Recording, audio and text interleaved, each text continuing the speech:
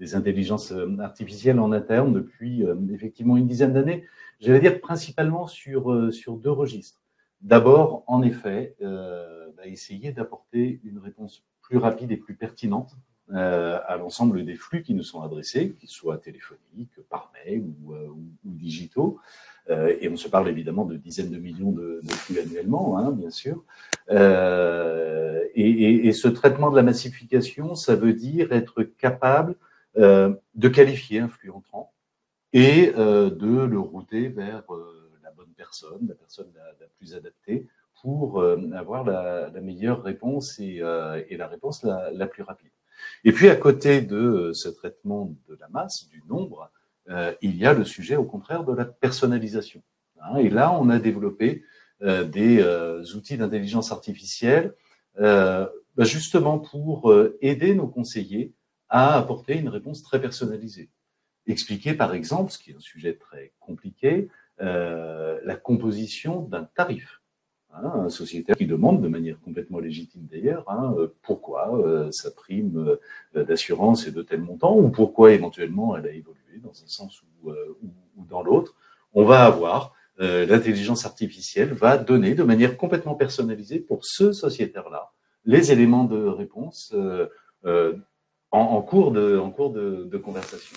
De la même manière, un sociétaire qui, par exemple, expliquerait qu'il souhaite aller prendre un contrat où il a eu un échange avec tel concurrent pour telle nature de contrat, on va avoir là une fiche explicative qui va proposer une comparaison, pas orientée, objective, une comparaison entre les garanties qu'on lui propose chez un concurrent ou le tarif, et puis ce qu'on lui propose à la Maïf, pour établir un dialogue totalement objectivé et qui fasse avancer les choses.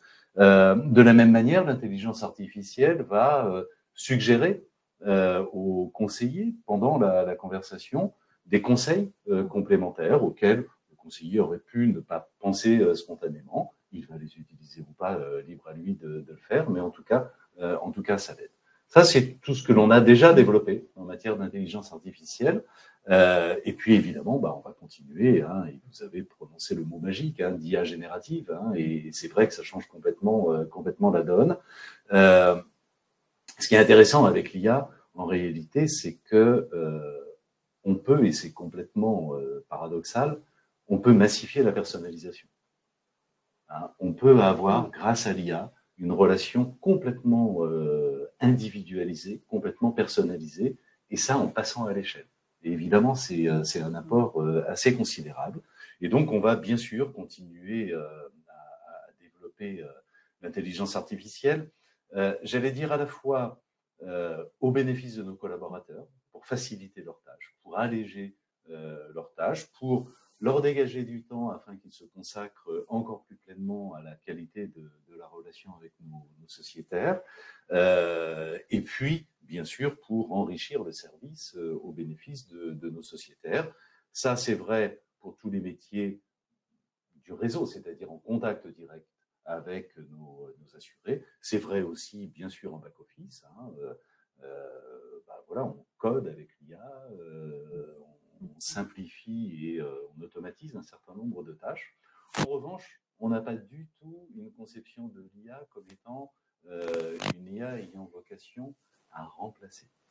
On est là pour enrichir, pour faciliter, on n'est pas là pour remplacer, on n'est pas du tout dans la perspective de profiter de l'intelligence artificielle pour réduire les effectifs, diminuer la masse salariale ou que sais-je. Ça n'est absolument pas le sujet.